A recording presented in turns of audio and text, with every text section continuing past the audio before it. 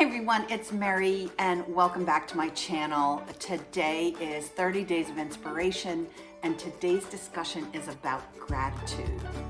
Now, I've never been one to actually give this a lot of credence because I'm generally happy with my life. Like, I love the life that I created and I don't really consciously think about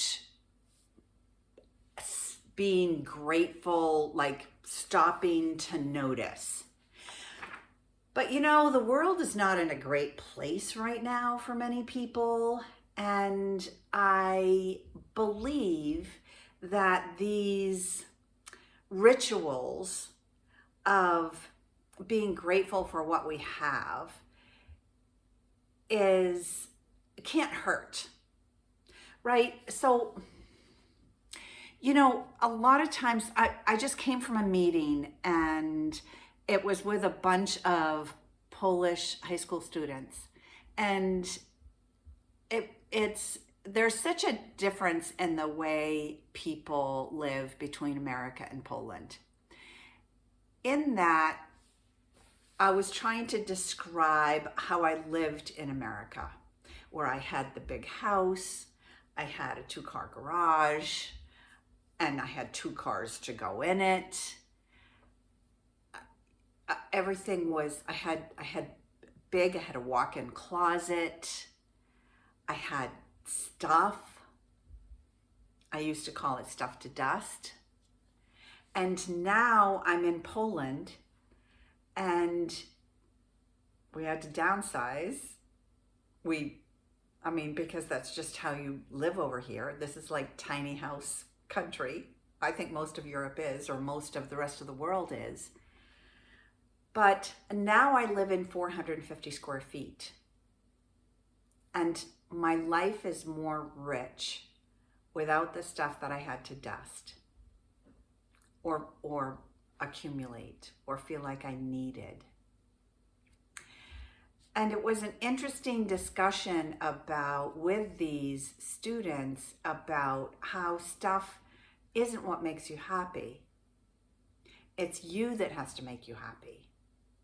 You've got to love you first before you can love anybody else.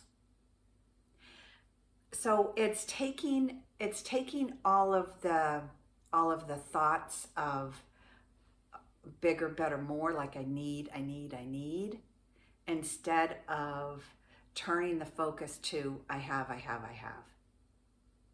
So I was thinking a lot about, or reflecting a lot about that on my half-hour walk home from the university yesterday.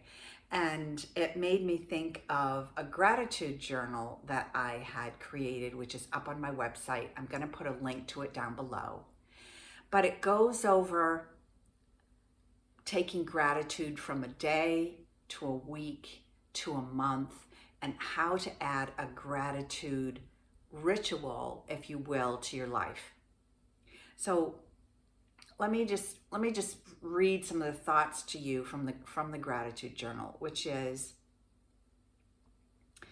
like how to quiet your mind. So the world is spinning fast, right? You're busy, I'm busy. Life, the day, it seems to go. My 12-year-old granddaughter said to me yesterday, I can't believe it's 2024. Like, the year went by so fast. So if it's going by fast for her at 12, then it's like, at warp speed for me. Getting quiet is where we need to go in order to get to a place of gratitude, right? It's finding that quiet time in all the noise. This might help. Learning to breathe. Like I'm right here with you, and I'm breathing from here. My breath is not going down. I'm breathing right from here. I'm not taking big, deep breaths, those cleansing breaths. So give it a try. Put your hand on your belly and see if you can breathe in enough to push your belly out, and then let it go. but it's that pause that refreshes. I think that's a cigarette commercial. Crazy enough, but it is the pause that refreshes. So notice where your mind goes when you do that. When you get quiet, sometimes our mind is still racing. And sometimes we can turn that into judgment or criticism. When in actuality, what you want to do is notice where those thoughts came from, and are they reoccurring thoughts?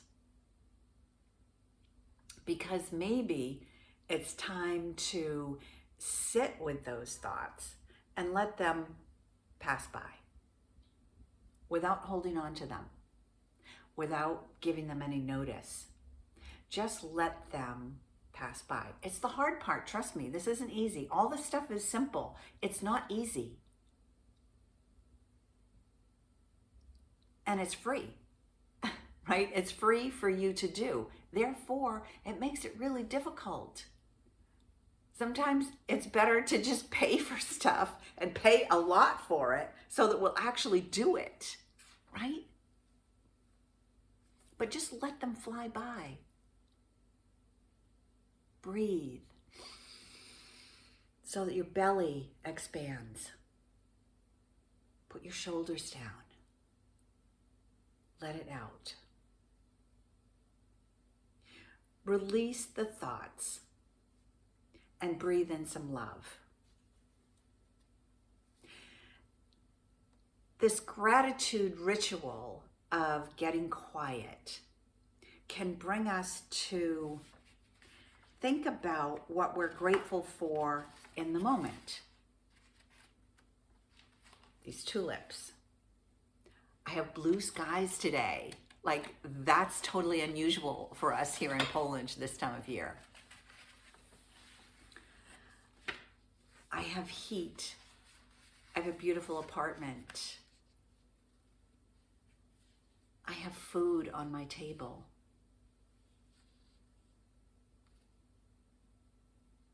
I have a loving husband. I have very supportive friends and family. But on the daily journal, it talks about the activities that you do and what are your priorities and what are your affirmations that you're going to say to yourself. I am so grateful now that. I am so grateful for who. I am so grateful that what. Gets you into doing this on a daily basis. And then when you are ready to write a letter to yourself, and I title that page in the workbook, Dear Old Self, thank you for ... Thank you for getting me through my past. I'm here. I made it through these things that happened to me, the good, the bad, the ugly. I made it. I am here. I learned a lesson. I made it. And certainly there are more challenges for me to go through, but I'm here and I can face those challenges because I know that actually those were meant for me.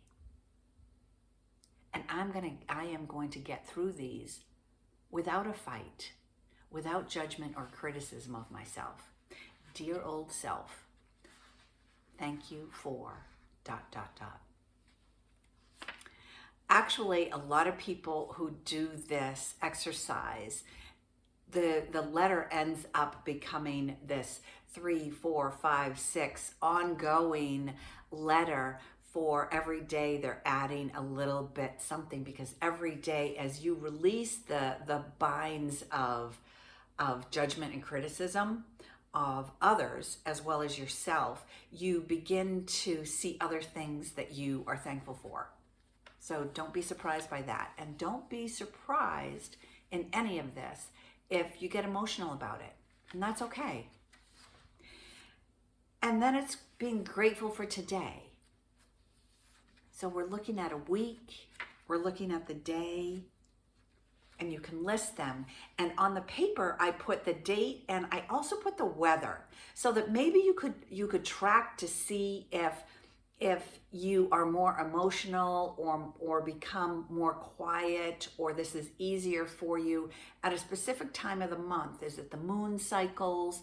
Is it your menses? Is it like what part of the month? Does it matter if it's sunny out? Does it, like if it's snowing or raining? Like sometimes these things are really good to track so that you can prepare yourself for things that may happen in the coming days or months.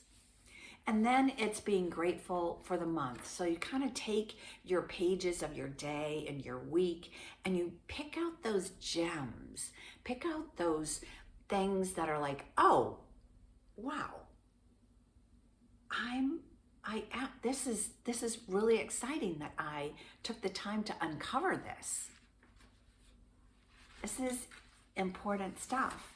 And on the last page, or one of the last pages, is a habit tracker. So you can put in there a new habit that you'd like to bring into your life or call forth in your life. Eating more mindfully, not doing things so quickly. It could be focusing on my business. It could be committing to a 30-day yoga practice, for instance. And it marks here, it gives you 31 days to cross out or cross off. The key is, the challenge is, if you miss a day, you have to go back to day one and start all over again. Without judgment, without criticism. It's just to notice. What I have found in my practice of working with women around the globe is that day 5, day 16, and day 21 are the days where the majority of the women disappear. And then they start up again. So don't be surprised. Again, this is all just a notice, because we want to be grateful for these notices that we have in our lives so that we can become this better version of ourselves each and every day, a little bit at a time, a little notice, a little big deep breath just for you today and this 30 days of inspiration. If you haven't already, don't forget to subscribe to my channel. It helps me in creating more videos just like this, just for you. I'll see you right back here tomorrow with more of 30 Days of Inspiration. Ciao for now.